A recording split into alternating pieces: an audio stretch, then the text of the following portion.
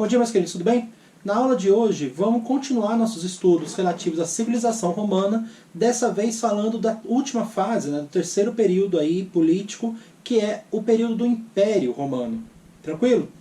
Vimos então nas últimas 3 aulas nossas, as aulas relativas ao período republicano, que Roma vinha de uma grave crise social e política. A plebe, que participou ativamente do processo da proclamação da República, do final da monarquia, luta pelos seus interesses, luta pela participação política, pelo direito de não virar escravo, pela cidadania dentro da cidade. E isso vai degradando o próprio sistema. Os patrícios, a elite romana, eles eram tão interessados no domínio, eles eram tão ligados ao domínio da cidade, ao domínio da política, que eles não abriram espaços para nenhuma mudança, o que fez com que cada vez mais a situação se agravasse. Vimos então os 2 triunviratos, tentando resolver, primeiro com Júlio César, que tenta manter a república, apesar de trazer mudanças, nesse sentido de tentar agradar a população mais empobrecida, não dá certo, ele é assassinado. E vimos então o Otávio, que vai vencer o segundo triunvirato, vai tomar posses por conta própria, e dessa vez sim a gente vai ver uma grande mudança. Ele vai basicamente acabar com a República. Esse acabar com a República eu vou explicar que não é tão acabar assim, vai ficar mais claro daqui a pouco. Ele vai, nesse caso então, acabar com a República, vou repetir, mas disse que eu vou contemporizar, e vai começar esse período imperial. Tudo bem? O grande contexto para a gente estar analisando é essa grande crise. Então você tem essas disputas internas, da civilização, sociais, no final das contas, mas também temos que analisar que a nível das províncias romanas, a situação também não está muito boa. Cada vez que Roma tinha uma mudança política ali, com generais tomando poder, os triunviros disputando, a situação das províncias entrava muito em queda, entrava muito em crise, no sentido que as legiões começavam a ser mais violentas, as legiões saqueavam, boa parte dos governadores, ao invés de cumprir só o seu papel de estabelecer o domínio romano, eles vão começar a aumentar os impostos, muito até para eles ganharem dinheiro e poder tentar ganhar algum espaço dentro da política romana. Então assim, é um período muito anárquico, e anárquico no sentido aqui de não de uma ausência de poder, o problema é de uma falta de ordem mesmo. Assim. Era um período muito desorganizado, onde o governo não estava conseguindo impor as suas regras, no final das contas. Impor o governo propriamente dito. Cada um estava fazendo uma coisa, porque literalmente em Roma a política não estava estabelecida, ela estava quebrada, ela não conseguia mais chegar num denominador comum.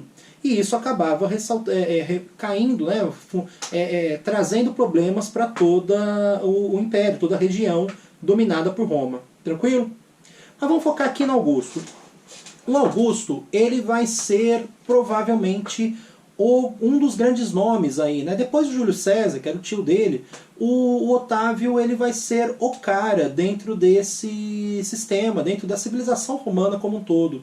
Aliás, ele vai ganhar um dos títulos mais significativos que uma pessoa em Roma poderia ganhar, não é nem que poderia ganhar, porque o título é criado para dar a ele, que ele vai ser o pai da pátria, ele vai ser conhecido como aquele que está salvando, está cuidando da civilização como um todo.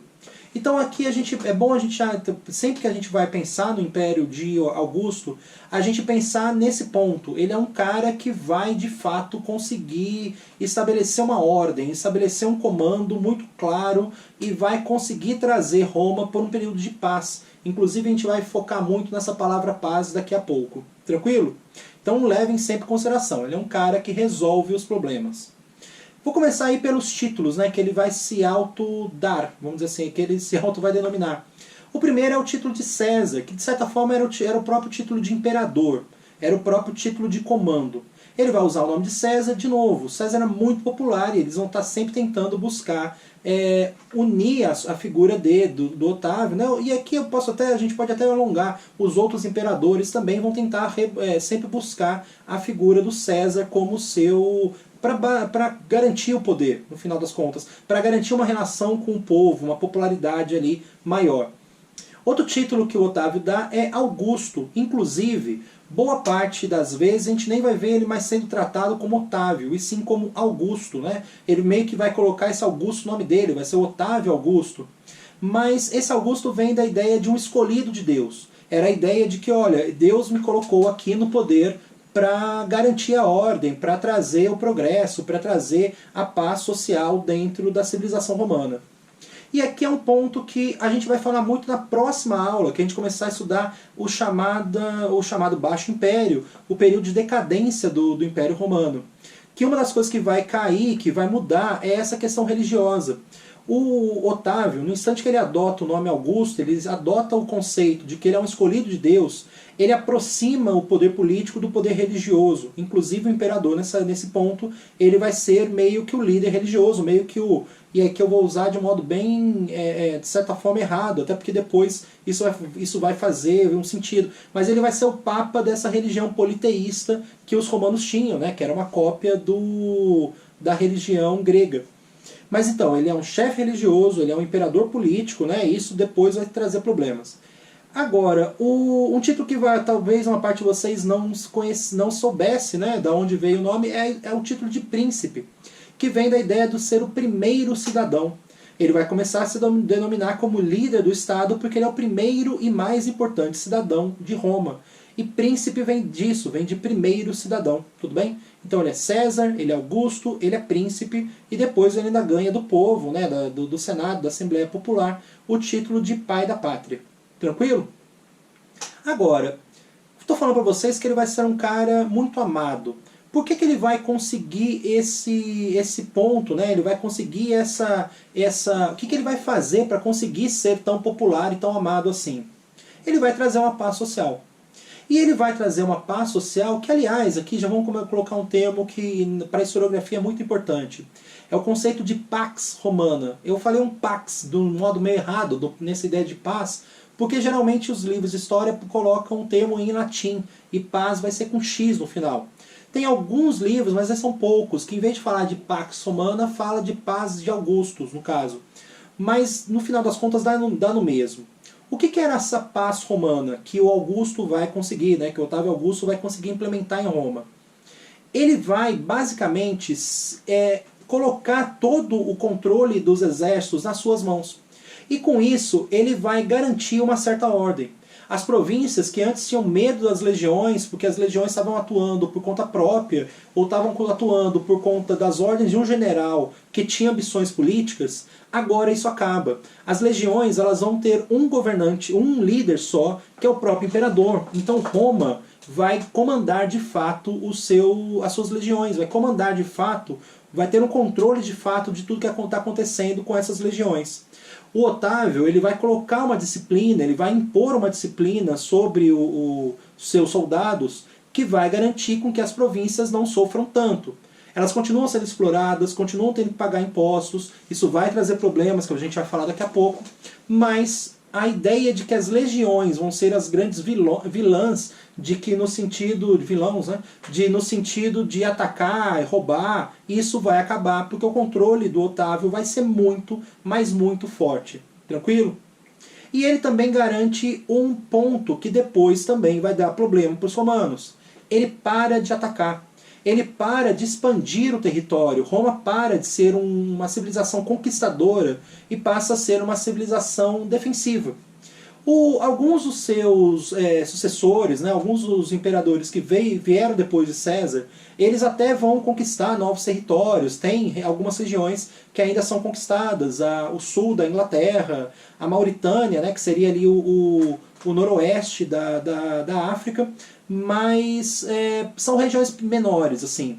O que o Otávio vai fazer é que, muitas vezes até que ele vai recuar, tá? Ele vai procurar alguns pontos geograficamente válidos para estabelecer uma fronteira.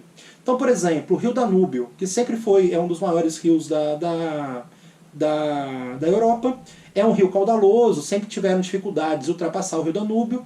O Otávio estabelece que ali está a nossa fronteira. E ele vai colocar legiões para guardar essa fronteira. Alguns pontos até ele vai mandar construir muralhas para proteger a civilização, para proteger o território. Então o que ocorre? A necessidade da população de ceder seus filhos, ou o próprio plebe ali, o próprio plebeu ter que ir para a legião e correr um risco de vida, acaba. porque você consegue manter agora os números das legiões, as guerras cessam, os ataques, né, dos povos bárbaros eles vão começar a ser cada vez menos frequentes, porque as legiões estão lá, elas não estão se deslocando e criando espaços vazios onde os bárbaros tinham espaço para ataque. Então basicamente fica um período onde não tem tanta necessidade militar e está seguro, não tem um grande grupo atacando e ameaçando Roma.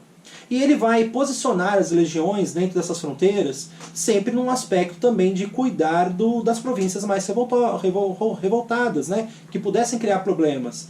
Então as províncias vão parar de sofrer com as legiões estão lá, então elas estão garantindo a ordem, e tem toda uma ideia de que pela falta de uma guerra, as legiões estarem lá protegendo, literalmente você vai oferecer segurança, você vai ter a possibilidade agora de se deslocar pela civilização sem correr risco. E é uma civilização muito grande. O cara conseguia sair de Portugal e ir lá para perto da Índia, né, no final das contas, para a região da Mesopotâmia, sem sofrer um grande risco, porque as legiões romanas estavam protegendo.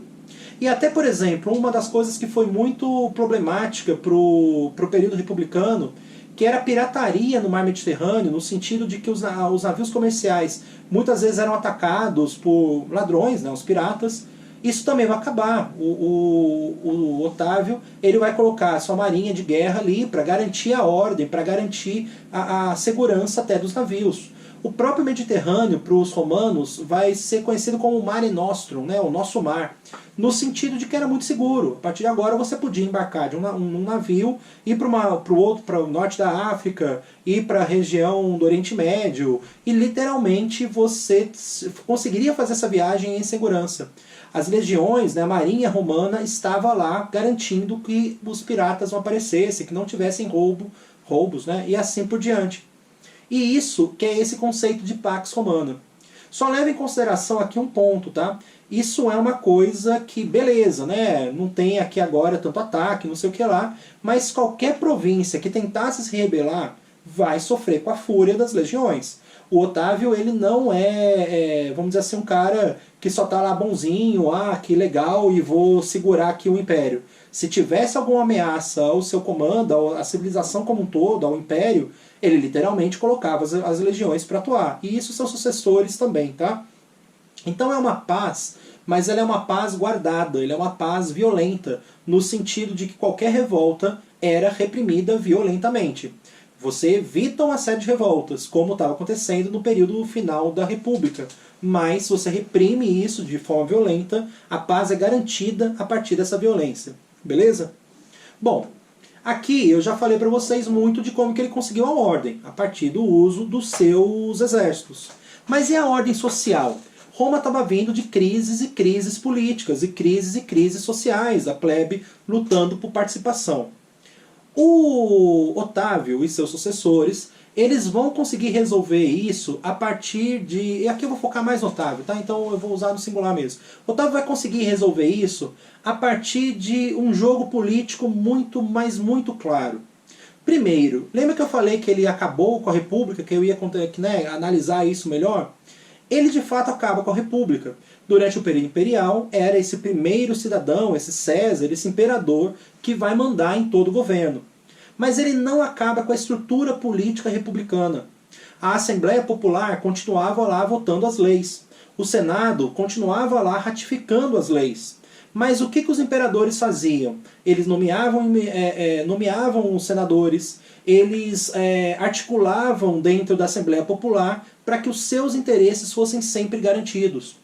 O imperador ele não vai criar leis, por exemplo, para a civilização romana. Ele inclusive até vai garantir que essas leis sejam obedecidas. Então assim, em vez de ele impor, olha, o meu desejo é isso e acabou o assunto, em vez de ele ser simplesmente um ditador, ele joga dentro do jogo político, mas ele controla esse jogo. Ele vai nomeando os senadores, ele vai usando os seus clientes, né? Lembra lá dos clientes, aquela parte da plebe que era ligado ao patrício, ele vai usando esses clientes para garantir com que os seus interesses fossem resolvidos. E isso acaba sendo muito significativo para a estrutura política do Império. Porque os patrícios, eles ficaram, né, as elites romanas antigas, das grandes famílias, que diziam ter ligação até lá com a fundação da cidade, esses caras se sentiram beneficiados. olha, a gente continua aqui dentro do sistema político, a gente continua ganhando, o Otávio não saiu, não mexeu na estrutura rural, ele garantiu que os patrícios continuassem ganhando o dinheiro deles, e assim, dentro dessa ordem, dentro dessa paz, inclusive Roma vai começar a ganhar muito capital. O dinheiro dos impostos vão chegar de modo mais correto, mais garantido, e os patrícios vão conseguir usar esse dinheiro para se enriquecer. Mas daqui a pouco eu foco melhor nessa questão da economia. Mas o fato é que os patrícios acabam gostando dessa aparente manutenção dos seus poderes. É o imperador que manda e ele manda sozinho, mas a estrutura está lá. E os patrícios vão ficar agradecidos, no final das contas, por não terem perdido tudo. Beleza? As elites provincianas são super agradecidas com o Otávio, porque elas agora têm mais ordem, né? Não tem mais as revoltas acontecendo, as legiões aparecendo e saqueando e aumentando os impostos e assim por diante. Já que eu foquei muito aqui na questão dos impostos, os impostos vão começar a ser cobrados por pessoas escolhidas diretamente pelo imperador. Aliás, para ficar bem claro aqui, o próprio conceito de império vai ser o conceito do primeiro cidadão. Ou seja, não vai ter diferenças entre o que é da pessoa imperador e o que é do Império Romano.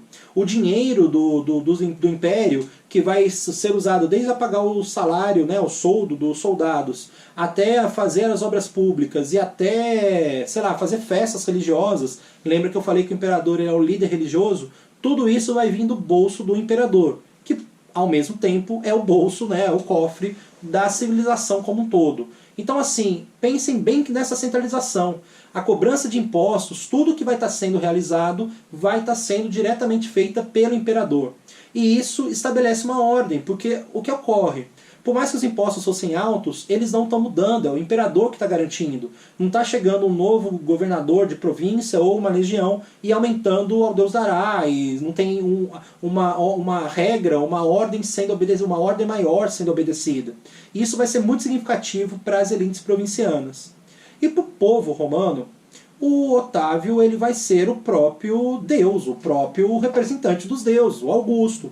E lembra, ele é sobrinho de César. E ele vai saber usar essa ideia, dessa ligação, essa popularidade para para ganhar cada vez mais seus poderes.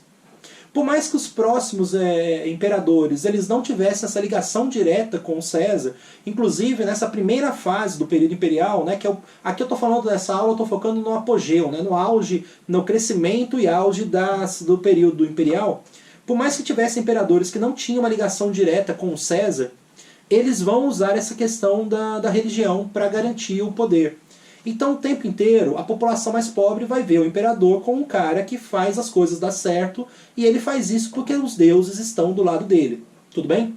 Só já fazendo um spoiler para a próxima aula, quando chega o cristianismo isso vai começar a entrar em atrito, né? Isso vai começar a criar problema para os romanos, porque o cristianismo fala que o reino de Deus não é na terra. Então assim, não dá pra gente começar, não dá para manter essa associação entre imperador e Deus, porque o filho de Deus foi Jesus e os próprios romanos o mataram. Então assim, isso quando começa a entrar o cristianismo em questão, isso vai trazer problemas. Mas aqui eu estou focando só na parte boa.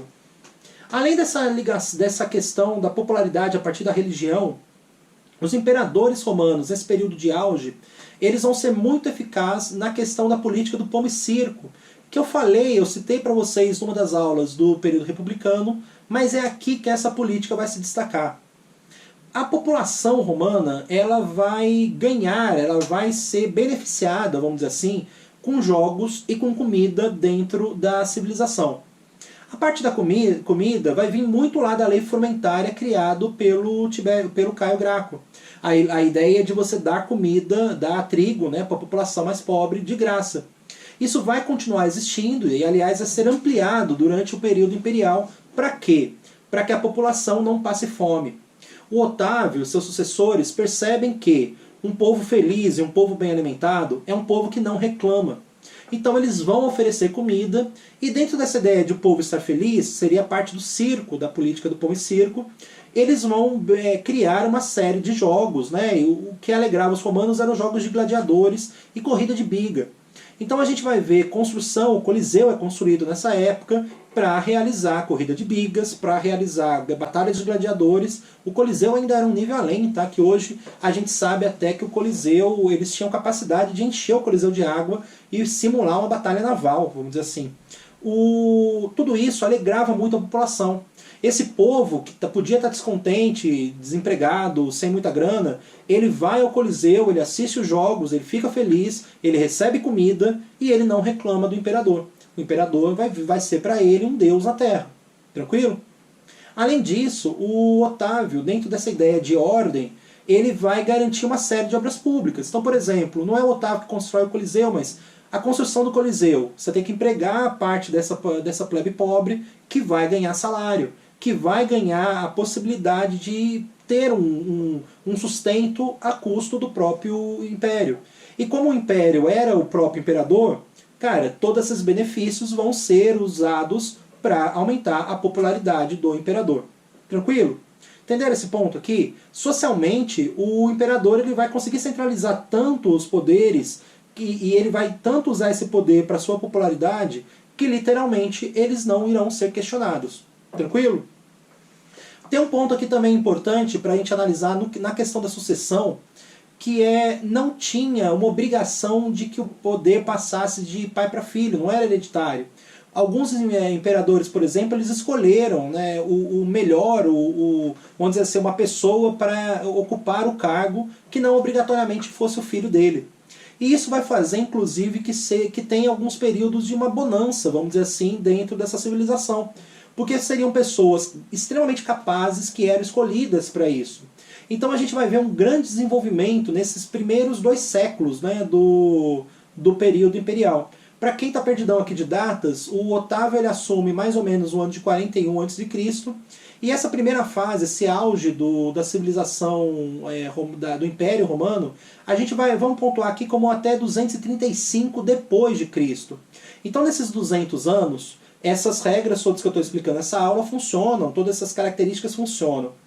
E tem imperadores que foram escolhidos pela sua capacidade. E eles souberam usar essa capacidade para trazer benefícios.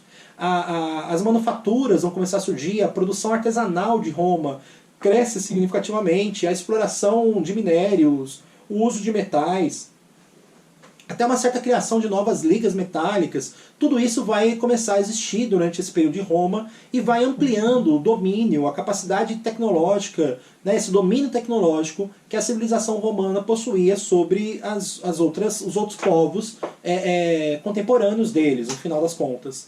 Até, por exemplo, a gente geralmente associa os romanos às suas esculturas no mármore branco. Tem 2 pontos, né? Hoje a gente sabe que algumas dessas esculturas não eram feitas no mármore, elas eram feitas no mármore branco, mas elas eram pintadas, tá? E com o passar do tempo, a poluição que foi sendo, o ser humano foi criando, a tinta foi descascando, vamos dizer assim. E a gente ficou com essas imagens todas em branco, mas provavelmente quando elas foram criadas elas não eram assim. Isso é interessante até porque uma boa parte da nossa visão de o que é belo, né, da nossa visão artística, ela vem muito desse conceito romano, e a gente considera que esculturas em mármore branco, né, vão ser consideradas bonitas, o que provavelmente não era o que os romanos estavam fazendo, mas tudo bem. Mas é nessa época do Império que o uso do mármore vai se destacar. A mineração ela vai ganhar muito espaço, o mármore vai começar a ser minerado em maior quantidade, tá? Ele era minerado há muito tempo, mas vai ser ampliado a mineração e vão surgir esculturas. E considerando que os imperadores estão fazendo obras, moçada, estão fazendo escultura, estão fazendo estátua, então tudo isso vai ganhar um grande destaque dentro dessa época. E soma tudo isso a essa ordem, né? O dinheiro está fluindo, o dinheiro está chegando em Roma, está sendo capaz de ser empregado. Tranquilo? Agora, tudo isso vai ter um fim. E é interessante que todos os problemas que eu vou relatar para vocês na próxima aula, que vão levar à decadência, né, o fracasso dessa civilização romana, do Império Romano, já estão colocados aqui. Por exemplo, Roma parou de atacar. Né? Eu falei para vocês que o Otávio ele consegue estabelecer uma ordem ao garantir que as legiões ficassem lá só paradas. Mas no instante que ele deixa de atacar, e a civilização usava mão de obra escrava, gente, faltou escravo. Cada vez mais o preço dos escravos, que estava em baixa, né? Você não tem mais uma chegada um grande número de escravos chegando, cada vez mais você tem menos escravos, isso vai aumentar o preço, a produção vai começar a ficar cada vez mais cara. Outra coisa, tá chegando muito dinheiro em Roma, tá? Mas é um império muito custoso. E o que vai acontecer? Roma já não vai mais sustentar sem as províncias. E as províncias geram riquezas por conta própria e estão conseguindo ascender economicamente, fazendo com que comece a ter uma descentralização econômica. Roma, depois de um tempo, já não vai mais ser a cidade mais importante da civilização. Você já vai ter outras cidades economicamente se destacando. Então, diversas medidas dentro da civilização, dentro do que foram tomadas nesse período de auge, que foram tomadas desde o Otávio e os seus sucessores, vão dar, no final das contas, super errado. Porque elas foram previstas num período de auge, num período onde as coisas estavam funcionando, onde a civilização estava conseguindo funcionar no seu máximo. Mas no instante que as coisas começam a faltar, no instante que rareiam os trabalhadores, no instante que o dinheiro começa a ser pouco para tudo que está sendo feito, e, gente, tudo era muito caro, manter as legiões, manter o povo alimentado, fazer obra pública, comprar gladiadores e assim por diante. Tudo era muito caro e assim, isso vai começar a trazer o fracasso da civilização, do Império Romano. Mas isso é matéria para as próximas aulas. Tudo bem? Então, um abração para vocês. Qualquer dúvida aí, entre em contato pelas redes, mande os sinais de fumaça virtuais, quase que eu perco meu slogan. Abração para vocês todos e até a próxima.